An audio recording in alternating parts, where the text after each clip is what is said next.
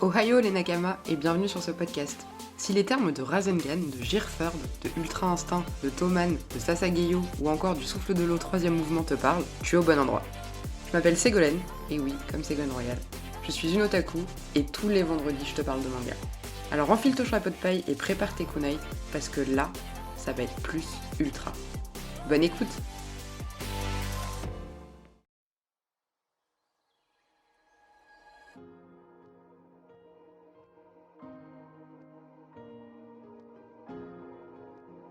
Alors, au moment où je suis en train de préparer cet épisode de podcast, je viens tout juste de regarder le premier épisode de l'animé de Platinum End. Et mon dieu, quel bonheur! À l'heure où vous serez en train d'écouter ce podcast, le deuxième épisode sera sorti. Mais du coup, j'aimerais que nous revenions sur ce manga Platinum End, que je trouve beaucoup trop peu connu pour une œuvre qui vraiment, d'après moi, mériterait un immense succès.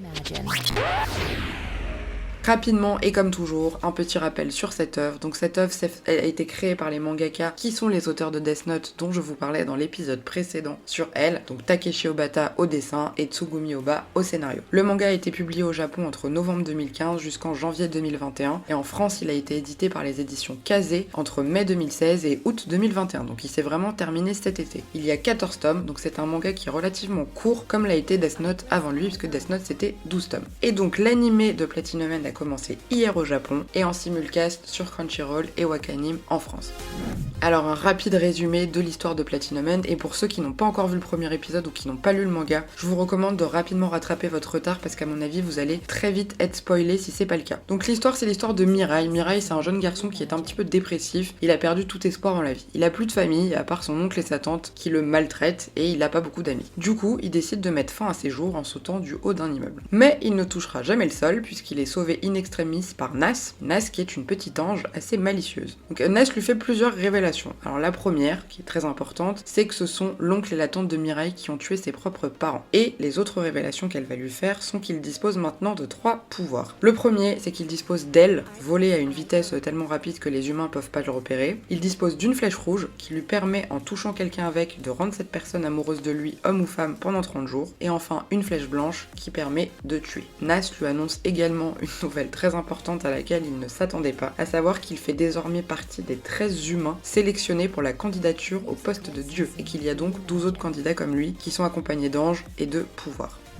Alors, il faut préciser quand même que le duo Oba-Obata est relativement connu parce qu'ils font des shonen qui sont plutôt proches du genre seinen. Le seinen, c'est une ligne éditoriale de manga destinée aux jeunes adultes de sexe masculin, voire des personnes encore plus âgées. Et c'est en opposition au josei qui lui est destiné aux femmes, jeunes adultes ou un peu plus âgées. Donc on a pu le voir déjà avec Death Note qui en fin de compte n'est pas vraiment une histoire pour enfants parce qu'on retrouve justement des éléments qui ont fait son succès dans Platinum End qui sont le rapport à la vie et à la mort, les frontières très minces entre le bien et le mal et le poids des conséquences de nos choix. Concept qu'on ne comprend pas forcément quand on est enfant. C'est encore une fois un développement bien complexe qu'ils ont choisi de mettre en place pour Platinum End et on va retrouver également des thèmes qui leur sont chers comme la responsabilité, la concurrence, l'esprit d'équipe et le respect de l'autre. Ça va être un scénario qui est très rythmé et très rapide et on va rapidement se rendre compte que cette histoire est quand même en opposition à l'histoire de Death Note. Cette fois-ci, au lieu d'être accompagnés par des dieux de la mort, les personnages principaux sont accompagnés par des anges. Cette histoire peut également être croisée avec leur manga à succès qui est dessiné par leur personnage mangaka dans Bakuman. Donc ceux qui l'ont lu comprendront à quoi je fais référence. Mirai, contrairement à Light qui dans Death Note est brillantissime, populaire, Mirai lui c'est un loser et il a pas d'amis. Il est aux antipodes Mirai de certains héros de shonen, il a pas du tout envie de briller, il a pas spécialement d'objectif de vie, à part potentiellement celui d'essayer de devenir heureux pour faire plaisir à ses parents qui sont décédés. Au niveau des dessins dans ce manga, Obata nous épate avec un trait encore plus exceptionnel qu'avant. Son style s'est vraiment affirmé, il est très bon dans les scènes d'action et dans les scènes pour représenter la vitesse. Par exemple, le déplacement instantané des anges, je trouve qu'il le matérialise très bien. Ses personnages sont toujours aussi beaux et on reconnaît bien son style et d'ailleurs ça m'amuse toujours de voir qu'on trouve souvent des ressemblances entre ces personnages dans ces différentes histoires. Par exemple, dans Platinum End, vous découvrirez un personnage, un petit garçon, enfin un enfant, qui n'est pas sans rappeler le personnage de Elle. Graphiquement, donc ce manga est sublime et il permet vraiment à Obata de nous montrer toute l'étendue de son art. Alors pourquoi d'après moi, Platinum End a de grandes chances de devenir un manga masterclass? Alors je tiens d'abord à préciser que moi j'ai lu le manga dans son intégralité, donc je sais ce qui se passe, je sais ce qui risque de plaire et de moins plaire, et je trouve que ce manga est beaucoup trop peu connu, et donc non, je n'utiliserai pas le terme de sous-côté, mais c'est une vraie réussite tant au niveau des dessins et de l'histoire, donc je pense qu'il y a vraiment de quoi faire pour la réussite de ce manga. En ce qui concerne la fin de l'histoire, je vous laisserai seul juge parce que le but n'est pas du tout de vous spoiler ici, donc je vais juste me contenter de vous donner les grandes lignes positives qui potentiellement feront la réussite de cette histoire.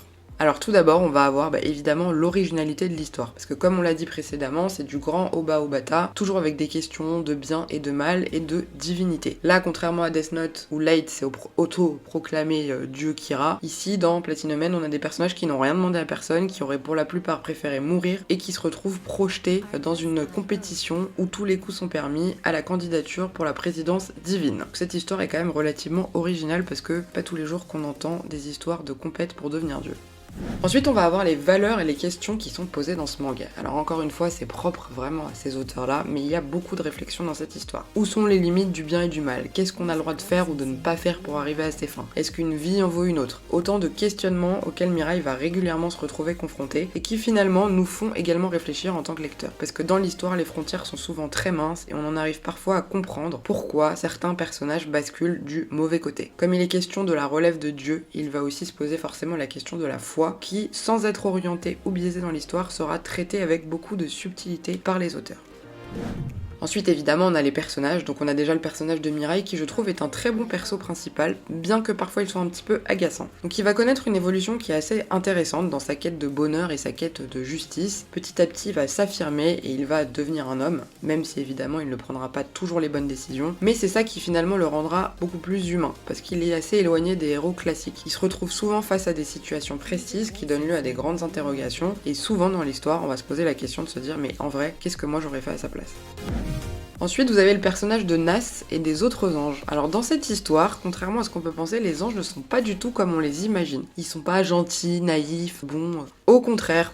Donc dès ce premier épisode, par exemple pour ceux qui l'ont vu, on constate que Nas, qui est donc l'ange qui est rattaché à Mirai, va par exemple lui suggérer de tuer ou de voler. Donc ils n'ont pas du tout, les anges, cette pureté à laquelle on peut s'attendre. Ils sont pas non plus figés et complètement des clones les uns des autres. Chacun a une histoire, chacun a un grade hiérarchique, chacun a une spécialité, chacun va défendre surtout ses intérêts, son candidat, et pas forcément toujours de manière très fair-play. Donc ça casse vraiment l'image des anges. On peut également faire le parallèle avec Death Note, où Ryuk, qui était un dieu de la mort, se comporte parfois de manière très gentille, ce qui peut être assez inattendu de la part d'un dieu de la mort.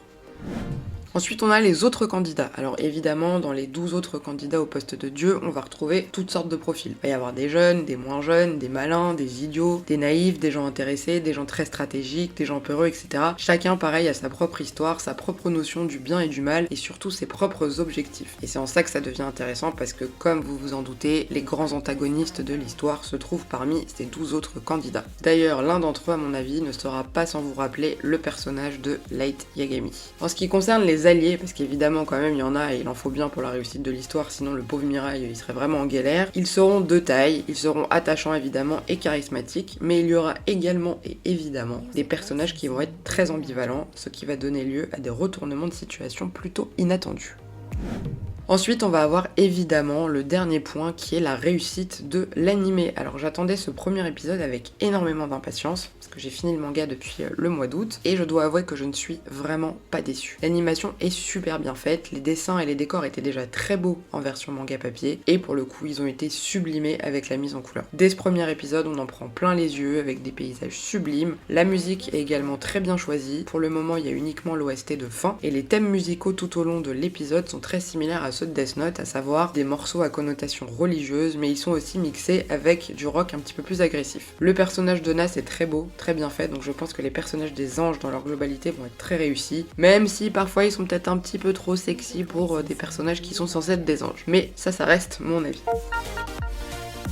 Et donc en conclusion, en mettant tout ça bout à bout et en essayant surtout de ne pas vous spoiler, ce manga a je pense toutes les clés pour devenir un grand classique comme l'a été avant lui son grand frère Death Note. Je me répète, mais je trouve qu'à ce jour, vraiment c'est un manga qui est vraiment pas assez connu et qui mérite beaucoup plus de place. Alors j'ai espoir qu'avec cette excellente animation qui est sortie hier et qui est vouée à durer, cela va entraîner un engouement pour le manga papier et que enfin il sera poussé un petit peu sur le devant de la scène parce que le duo Oba-Obata il déçoit très rarement. Alors je trouve qu'il est temps pour lui de se faire une place sur le podium des chefs-d'œuvre de nouveau.